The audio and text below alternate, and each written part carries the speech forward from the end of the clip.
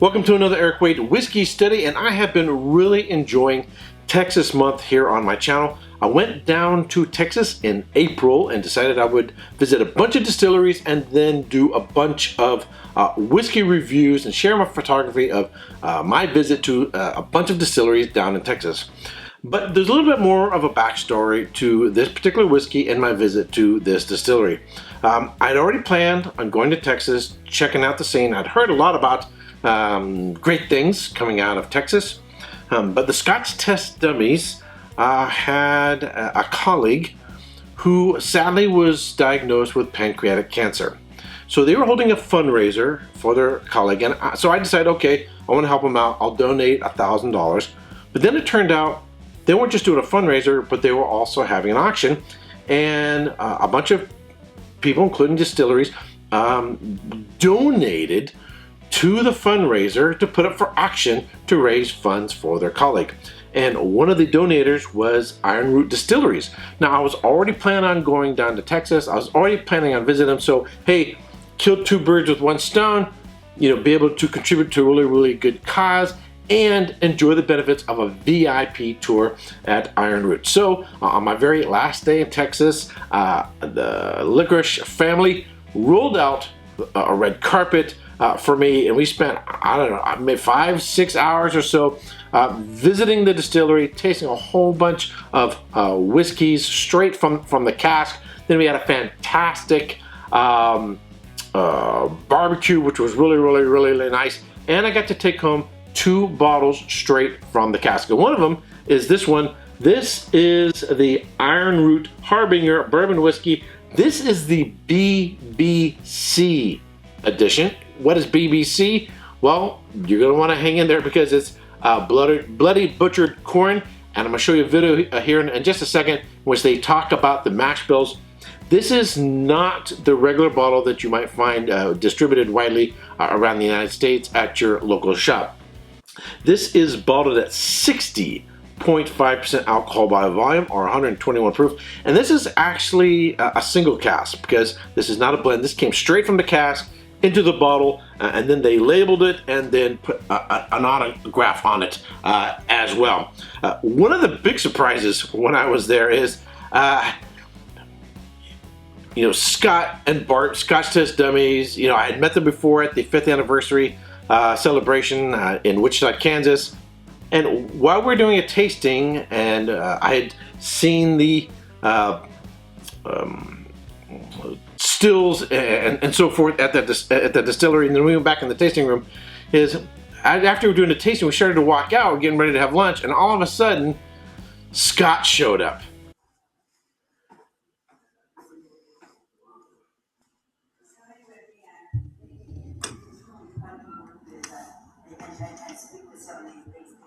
There's a lot of interesting things going on that you didn't see 20 years ago. Everybody was just going to, It smells good in here. Thank you. Oh my God.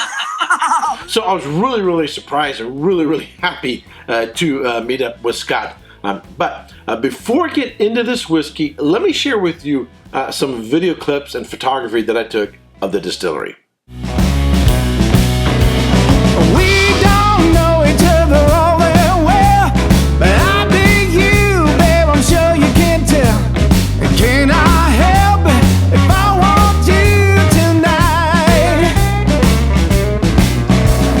Long and tall with that slender groove, I love your smell and the way you move. Can I help it if I want you tonight?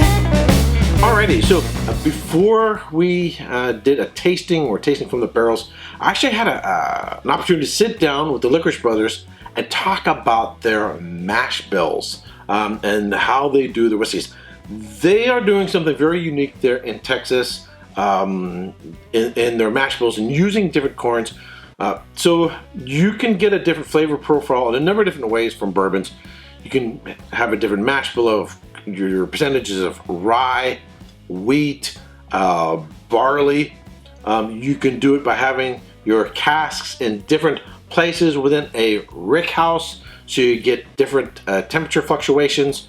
You can do finishings with other barrels after you've done your required aging or minimum aging in a regular barrel. But another way you can do it, which is something really cool that they're doing there, is they're experimenting with different corns. And so the base spirit starts off with a different flavor even before it goes into a cask. Alrighty, so I'm going to share with you about a 7-minute clip of the Licorice Brothers discussing their mash bills, and you want to pay attention to the different mash bills because they're going to mention the BBC or Bloody Butcher corn, which is what went into this one. Awesome. So the way we're set up is we do 4 core mash bills for both our bourbon, and then one of those will actually go into our corn whiskey as well. But so what we do is we start out with a local non-GMO yellow dent. So it's grown within 20 miles of the distillery currently. About 95% of our grains are going to come within about 60 miles of the distillery. So we start out with this guy. We use 95% him. And then what we end up doing is we add another 5% of a different, we call it a flavoring grain. So you can kind of think of it as this is your steak, and then you need some salt and pepper on it.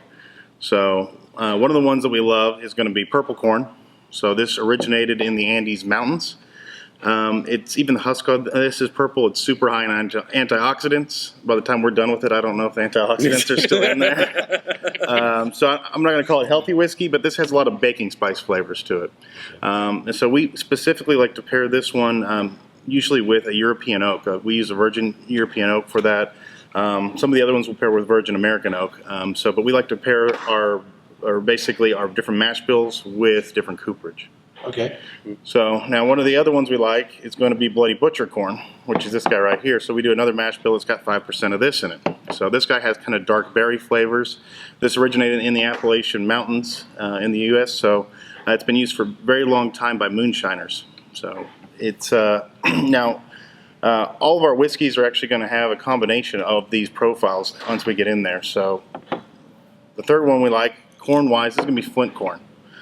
Specifically, this one's Floriani flint corn. This varietal was actually thought to be lost to time at one point in time but they found it over in Italy, where it was used as a polenta corn, and they found it on a family called Floriani on their farm, and so they're bringing it back in the culinary world. You'll see this more commonly. They don't make a whole lot of whiskey out of flint corn because in general it has a higher protein content and lower carbohydrate. So you got a lot of nitrogen. Yeah. So and so basically the only time you see it used is if it's used in a smaller percentage, and so we're one of the few that I think use flint corn. Because otherwise you're not going to get a heck of a lot of whiskey at all out of it. Right, right. And so visually it looks a lot like the previous one. Very different. As far as color-wise, they're both red corns, but if you look at the difference between the dent and the flint, when you actually look at the kernels themselves, so you can see, they're quite a bit different. Whereas the flint corn tends to be a little bit more circular and a little much smaller of a kernel than what you're going to get with the dent corns. It looks more like what you would consider popcorn, although popcorn is a different variety of corn as well. We do have to be careful when we go in when we roast things sometimes. If we roast that one too much, it does pop, so we end up having to eat a handful rather than this one would pop if you'd heat it up too much. Yeah. So now this one is a very different flavor, and so when it comes off the still, it has almost umami character, and it'll actually have kind of a dark chocolate cayenne spice to it. So there's a little bit of heat that comes with this guy as well, which is different than kind of the heat you get from, say, alcohol or wood tannin. So, all right. So for our fourth core mash bill, we actually do one that has some rye in it, and so this is some rye from Oklahoma, and so this is pretty much just a low rye mash bill. The most traditional of everything that we do. Yeah. So, but of course from the rye, you're going to get kind of the traditional floral herbal notes that you get from rye. With a little bit of spice. So you talked about a little bit, and I'm just a little bit nervous you hitting that bottle and it going off the table. And then the table's a little wobbly as well. Yeah, it's all right, so basically what we do is we will distill these separately, we'll age them, and then what we'll do is we'll blend them together. And depending on how we blend them depends on which product we get. So if we've got the purple corn and the Bloody Butcher corn as the primary flavor components, then we're going to end up getting a Harbinger. Okay. So if we end up using the rye and the flint corn as the primary flavor components, now it'll still have some of the others in there, but we'll end up getting this guy, which is Promethean. Okay. So Promethean tends to be a little bit on the darker side for flavor profile wise, and so it's got a little bit of spice to it too. Now, one that we're kind of known for is our corn whiskey, and so we call that one Hubris, and this one's exclusively purple corn mash bill in European oak barrels, but they're our own used barrels. So the big difference between corn whiskey and bourbon, corn whiskey's got to be 80% corn as opposed to the 51% corn of bourbon, but that's not really the big difference between the two. It actually has to do more with the cooperage. So corn whiskey cannot go into a new charred oak barrel like bourbon does. So we will actually use our Harbinger European oak barrels, and then we'll put exclusively the purple corn mash bill in there, and that's how we get this guy. Yeah, we like using the heirloom corns as that flavoring because they have so much flavor that even using them in smaller amounts, and again, when we get back to tasting some whiskey in the back here in a little bit, we'll really show you the individual corns and kind of how they taste different. So do you have new make examples of these as well, by any chance? We've got a few that we can go pull some samples. I've got flip corn and purple corn right now in new make. Yeah. So that definitely, so you can see it before the oak even starts influencing what they're doing. But we're always testing out new varietals. I think Jonathan's second best day to Christmas for him is when we get the seed book in every year, and so he'll start flipping through, looking through new varietals or different varietals that some stuff that we've been searching for and looking for, because we're always looking for new corns or barleys or ryes, because we're looking for something that has some other flavor other than that traditional corn. If it says it has a really good corn flavor, that's not really what we're looking for. We want something that has corn but also has other flavor characteristics to it, and that's what allows us to accentuate some of those flavor differences between the different corns. So I've not heard of, I don't know if it exists or not, I've not heard anything like this going on in Kentucky. Is this something you think is unique going on in Texas, or do you think you've seen this going on anywhere else? Using heirloom corns is pretty much going on across the United States. Mm-hmm. A lot of it is kind of focused on Texas. So there's some other distilleries that have been using some heirloom corns for a while down here that have been pretty popular. But starting to see some stuff out in South Carolina and up in the Pennsylvania area. You're starting to see a lot of people are looking back of how do you things that haven't really been truly explored before really within the whiskey community. And I think looking back at these different grains has been something that's been really intriguing for a lot of people. But as far as doing as many varietals as we do, there's probably a couple other distilleries out there, but there's not a whole lot that are quite as ADD as we are, if you will. Cool. All right, so I have another bottle from them. This is MMC. And this one's also bottled at 60.5% alcohol by volume, 121 proof, aged for 24 months.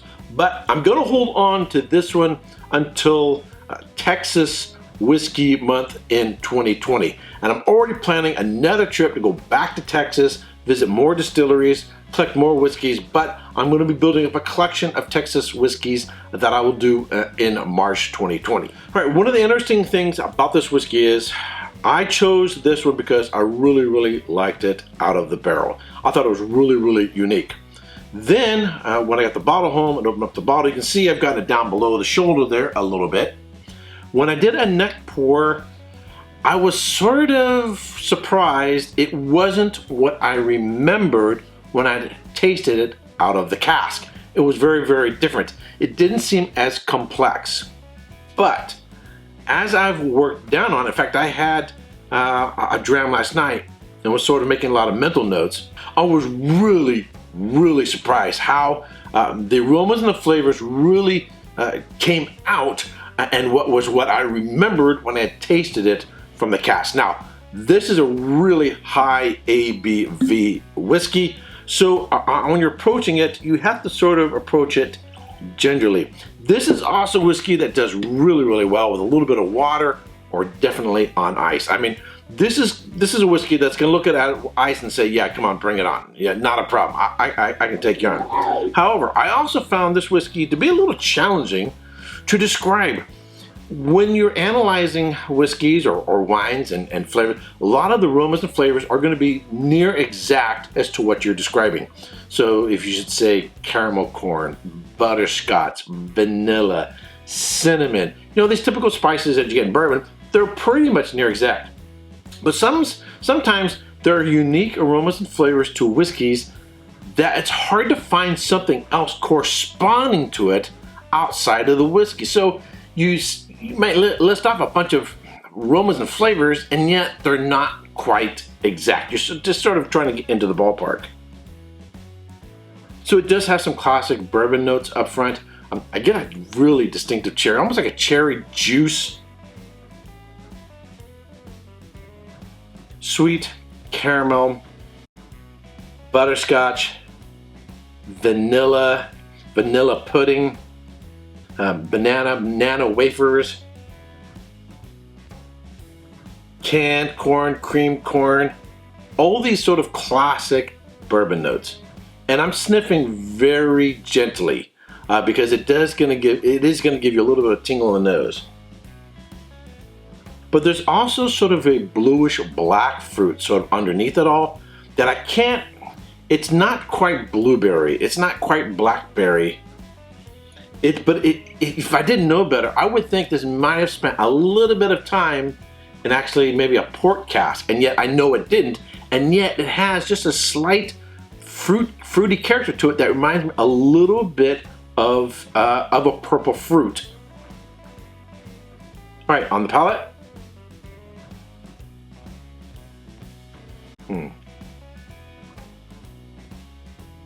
Super silky, super glossy. I mean, a super high ABV. Yeah, it has a little bit of that tingle in there. It glides across your palate. It has a, I don't want to say oily, it's more like a velvety, silky texture to it.